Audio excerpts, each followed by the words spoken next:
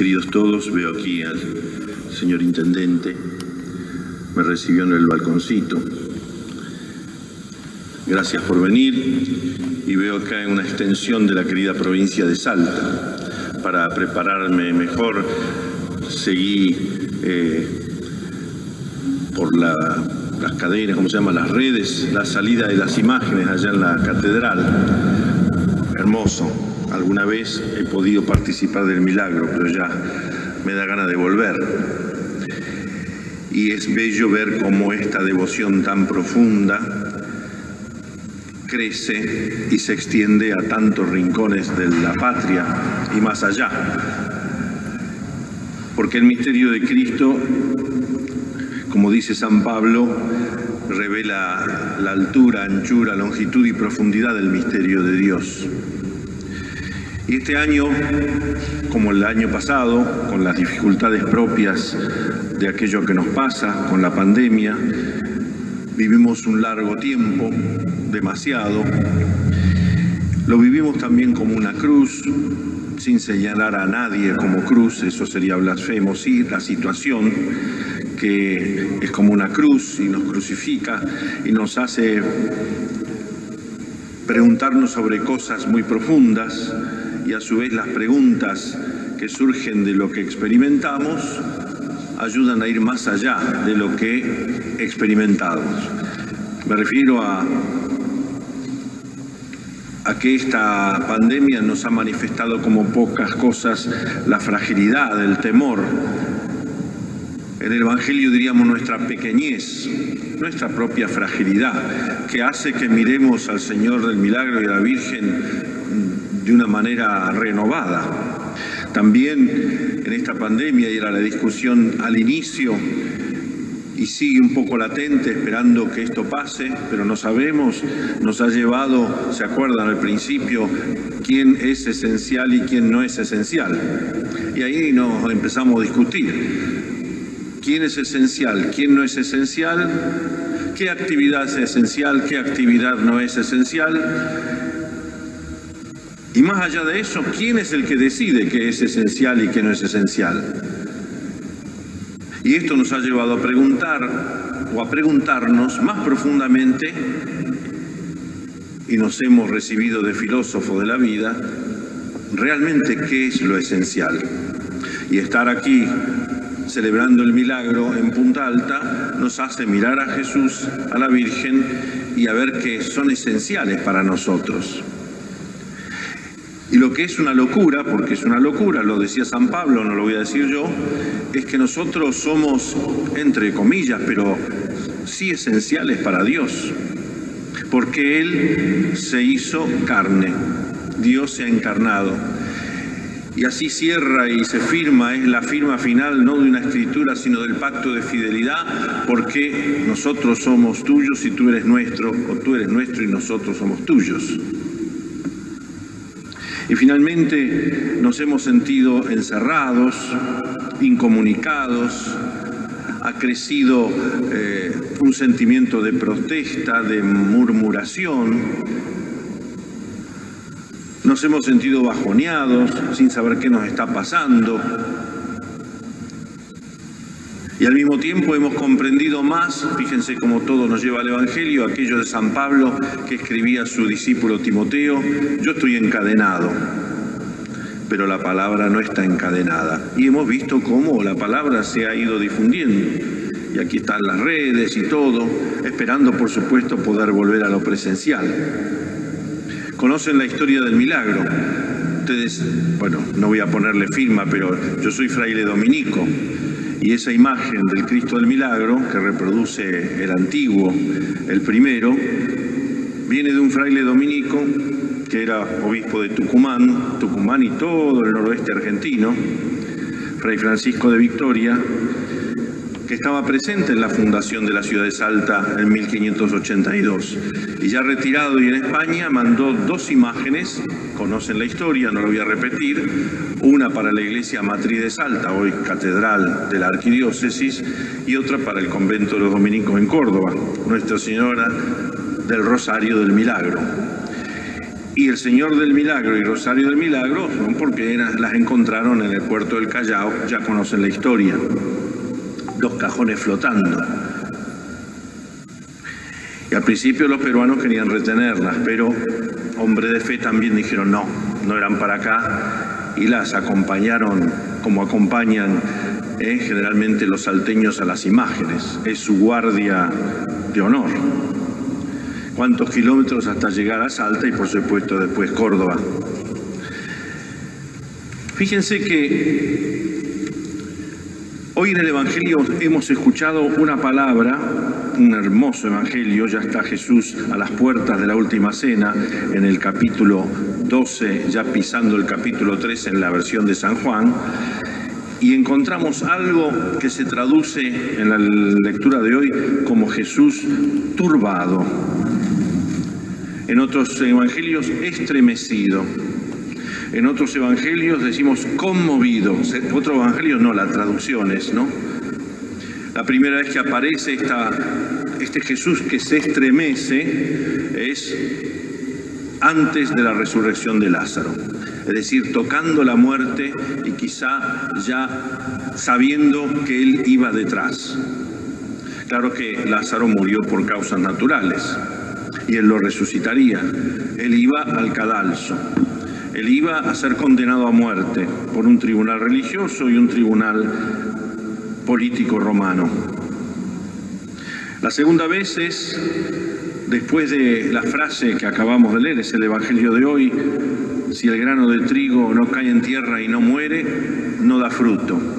Y ahí aparece esa frase: Jesús se estremeció, turbado, preguntando como si fuera una reflexión: ¿y qué diré? Padre, líbrame de esta hora, si para esto he venido. Para esto he llegado a esta hora. Padre, glorifica tu nombre. Y la tercera vez es ya en la última cena, cuando Jesús dice, fíjense el estremecimiento: uno de ustedes me va a entregar. Cuando se abren las puertas al poder de las tinieblas. El Viernes Santo, es decir, hoy celebramos como una prolongación del Viernes Santo en el sentido de mirarlo a la cruz. Y acuérdense que la historia de la Virgen del Milagro está ligada a los terremotos y a esta imagen que apareció milagrosamente a los pies de la cruz pidiendo por el pueblo salteño. Y hoy lo hace por nosotros, porque los salteños nos lo prestan un poquito, ¿no es cierto? Si el salteño es universal. Si no, ¿qué andan haciendo acá por Punta Alta? ¿Dónde dejaron los caballos? La verdadera cultura es universal. Entonces esta palabra cultura nos ayuda a comprender el por qué hoy veneramos una cruz, porque parecemos locos y escandalosos para muchos, como dice San Pablo. Porque esto es escándalo para unos, locura para otros. Y escuchamos hoy escuchaba la radio algún que otro político que hablaba, no importa quién ni de qué lado, no importa, pero lo que decía volvía a cosas parecidas. La verdadera cultura, y los salteños lo saben, y los del NOA lo saben porque nos ayudan a no olvidar aquellas raíces, es qué relación tiene el ser humano con las cosas, con su tierra.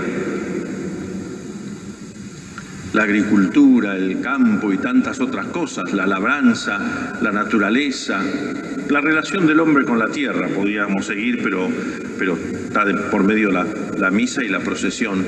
La relación del hombre con sus semejantes. Y así podemos estudiar en la historia cómo se gobernaban, cómo eran las familias, cómo eran las tribus, cómo se organizaban. Mucho antes de la colonización española, el encuentro entre el genio español y los pueblos originales, todo esto que ha hecho de Salta un ejemplo, un modelo.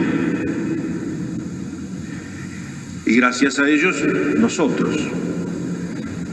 Eran pueblos industriosos, eran pueblos agrícolas, y cómo eran las familias, cómo se organizaba la política, cómo se gobernaban. Y finalmente la cultura habla de cómo se relaciona el hombre o los pueblos con Dios, con lo trascendente. ¿Eran pueblos politeístas, monoteístas? ¿Qué tipo de culto realizaban? Y fíjense que estas tres cosas, la relación del hombre con la creación, la relación del hombre con sus semejantes y la relación del hombre con Dios o lo trascendente, es aquello que la cruz de Cristo nos manifiesta de una manera especial. ¿Se acuerdan de las tentaciones en el desierto y cómo Jesús fue tentado? Y las repasamos, pero solo linealmente. Fue tentado Jesús en estas tres cosas. Che, ¿por qué no agarrás estas piedras y las haces pan? Creando una necesidad en Jesús que él no tenía. Sí tenía hambre, pero él estaba preparándose con un ayuno a su misión. Sí tenía hambre, sentía hambre, pero no quería comer. Y el diablo lo tienta sobre eso. Hacer estas piedras pan, todo ya. Lo querés, lo tenés. Llenate el bolsillo de lo que no querés. Pero como te toca lo que sentís, eso es la tentación. Luego dice, tirate de arriba del templo. Imagínense de acá arriba de la torre que se ve desde lejos, cuando uno viene de la 3, se ve de lejos el campanario de María Auxiliadora. Tirate de ahí, total está escrito, los ángeles te van a atajar. Metete ya no cosas en el bolsillo, sino la gente en el bolsillo. Hoy exigimos eso de quien nos guíe. Entonces lo vamos a aplaudir. El show. No hace show, no existís. Entonces hay que mantener. Y finalmente, ¿qué le pide el diablo? Postrate, adorame, y yo te daré todo el poder. El tener, el poseer las personas, el poder. Y Jesús sabe lo que contestó, pero en el Evangelio de Lucas dice, el diablo se alejó esperando el momento oportuno. Y el momento oportuno es la pasión. Que miramos en ese rostro es un Cristo. Y la Virgen al pie de la cruz, para salvar al pueblo de Salta de la catástrofe, y sigue haciéndolo aún hoy, pero ya no solo el pueblo de Salta, por eso lo celebramos aquí en el sur bonaerense.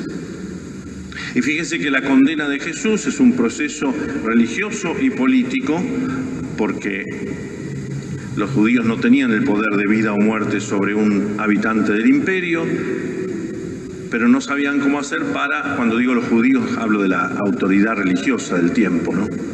Porque Jesús era judío, y sus discípulos eran judíos, y su madre era judía, y su padre adoptivo era judío, o sea que no es un criterio racial.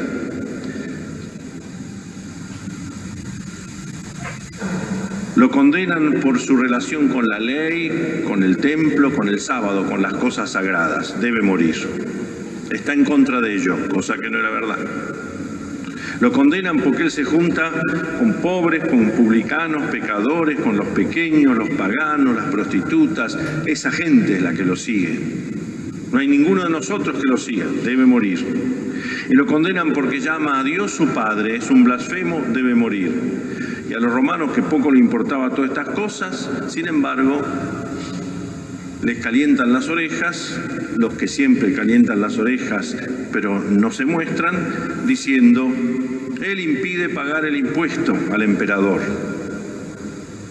¿Ve? Y a los romanos sí les interesaba que le pagaran el impuesto. Debe morir. Él incita al pueblo a la rebelión, y a los romanos les interesaba tener la cosa bajo control. Debe morir. Él pretende ser el rey Mesías y nosotros no tenemos otro rey que el César. No me refiero al párroco, no, me refiero él es nuestro buen pastor. No tenemos otro rey que el César. Debe morir. Si no lo sueltas, no es amigo del César. Vieron lo que es estas amistades, ¿no es cierto? Debe morir. Pero las lecturas que hemos leído hoy nos hacen dar cuenta cómo la sabiduría del hombre es una necedad al lado de Dios. Porque leemos que Jesús murió según las Escrituras. Vemos la figura del profeta, la primera lectura, Jeremías. Vemos las figuras del hombre justo, aquel que es asesinado porque nos habla de las cosas de Dios y las cosas buenas. Vemos la figura del siervo con S de Yahvé, el servidor de Dios. Y esa es la figura que anticipa al Cristo, sufriente por servirnos, por ser hombre justo y por anunciar las cosas de Dios como los profetas. Y este misterio de la iniquidad y de la libertad a la vez nos ayuda a comprender la cruz, porque Jesús está ahí crucificado para enseñarnos a ser verdaderos señores de las cosas, no despóticos de la creación, pero dominando la creación, no pisoteándola, sino haciendo de la creación. De hecho, no hay política verdadera que no cuide de la casa común. Señores de la creación, hermanos unos de otros e hijos de Dios. Jesús iba a morir no solo por su nación de origen, sino para reunir a todos los hijos dispersos. Y esa figura del Cristo crucificado, el Señor del milagro, no es solo, y lo fue, para salvar a Salta de la catástrofe, sino que ahora comprendemos el sentido espiritual más profundo. De hecho, una vez me regalaron una estampa de un Cristo crucificado que respondía a un evangeliario. Evangeliario es esos libros grandes donde está el Evangelio, que a veces entra en procesión, pero en la Edad Media no eran libros impresos, sino copiados, ¿no? Y había una miniatura de un monasterio de monjas contemplativas que se llamaba la Santa Cruz. Y curiosamente este crucificado, atención, déjenme terminar la anécdota porque no es un cuento, y atención, no me tiren fruta antes de terminar. Y este Cristo estaba crucificado por mujeres, ellas la crucificaban. Si cortan el audio aquí, ya me manda al cadalso, pero sigo. Y efectivamente, esta hermosa imagen estaba crucificado y había una mujer que le clavaba el brazo derecho, otra que le clavaba el brazo izquierdo, otra que le metía la lanza, otro que clavaba los pies de Jesús y otra que recogía en un cáliz la sangre del costado. Y como esas cosas medievales tenían el cartelito, ¿cómo se llamaba esa mujer? Claro. Y ahora lo que para algún periodista de turno puede ser un escrache, no, esperen. La que le clavaba el brazo derecho era la misericordia. La que le clavaba el brazo izquierdo, la sabiduría. La que le clavaba la lanza, la esposa, la iglesia. La que le recogía la sangre con agua en el cáliz, la fe. Y la que le clavaba los pies, la obediencia. Ustedes saben que en el arte, estas como sibilas, mujeres, representan lo mejor del ser humano, las virtudes. Detrás de ese juicio entre gallos y medianoche, religioso y político, Dios, cuya sabiduría parece locura para algunos, escandaliza para otros, nos salva. De ahí las virtudes que surgen de la veneración, no de la realidad detrás de la imagen. Veneramos las imágenes, no las adoramos, porque adoramos a Dios y veneramos con un culto muy especial a María Santísima. En las imágenes, como veneramos nuestros seres queridos, en una foto que lo tenemos, la besamos sobre todo cuando no están, en este año, estos 2 años de tantos seres queridos que han partido. No adoramos esa foto, no besamos la foto en el sentido material, sino queremos tener cerca a nuestros seres queridos. Y ahí surge la perseverancia, que viene de severus. Nosotros le tenemos miedo a la palabra severidad, porque nos gusta que nos acaricien el lomo, pero el origen de la palabra severus es firmeza, no enfado, firmeza. El que tiene una palabra firme, el que te dice, mira, esto es en serio, no es de serie, es serio de seriedad y no seriedad de serie porque me compré un auto de serie. Constancia que viene de constare, estar, no moverse, como cantamos de María, sobre todo que hoy celebran a Nuestra Señora de los Dolores. ¿Y cuál es la secuencia o el canto? Estaba la madre de Oriente, stabat, viene del latín, estar, firmeza. Y nosotros decimos a veces, me imagino que el intendente lo dirá en una reunión de consejo, que conste en actas, constare, estar, que quede firme, que no se mueva eso de ahí, que quede claro. Acá se dice estacionar, en Italia se dice sosta, sostare, estar. Y finalmente la paciencia. La paciencia, porque la pasión que manifiesta esta imagen, que es la pasión de Cristo, implica esa fuerza, deseo, la pasión. Aquí me imagino que los que están con la bandera, ya termino, ¿no? Y están al lado de él, es porque sienten pasión por el Señor y la Virgen del Milagro. Y al mismo tiempo, pasión, sobre todo en Cristo, indica el padecer. Pasión como dinámica positiva. Yo siento pasión por lo que hago, y pasión en el sentido de saber padecer, sin lamentarse. Fuerza, deseo, para esto he venido. ¿Qué voy a decir? Padre, quítame de esta hora, si para esto he venido. Y padecer de que se haga tu voluntad y no la tuya, y no la mía, perdón. Recién el Evangelio, para terminar, nos dice algo que en el Evangelio de Juan también 3 veces se repite. Cuando Jesús discute con Nicodemo, dialoga con Nicodemo, es necesario, le dice, que el Hijo del Hombre, Él, sea levantado en lo alto, para que todos los que creen en Él tengan vida eterna. ¿Por qué veneramos al Cristo y a la Virgen del Milagro? Para tener vida eterna. Luego en la discusión con los judíos, con los fariseos y sumos sacerdotes, les dice, cuando ustedes hayan levantado en alto al Hijo del Hombre, porque Jesús murió porque todos morimos y murió porque también los hombres matamos. Entonces sabrán que yo soy. ¿Para qué estamos aquí? Porque nosotros sabemos que tú eres. Y después le agregamos, los salteños le agregan, nuestro. Pero no lo prestan. Sí, me dice ahí, con barbijo, sí. Tú eres nuestro y nosotros somos tuyos. Y luego en el Evangelio de hoy, cuando yo sea levantado en alto, porque si Él está en la cruz es porque Él acepta, cuando sea levantado en alto sobre la tierra, atraeré a todos hacia mí. Tú eres nuestro y nosotros somos tuyos.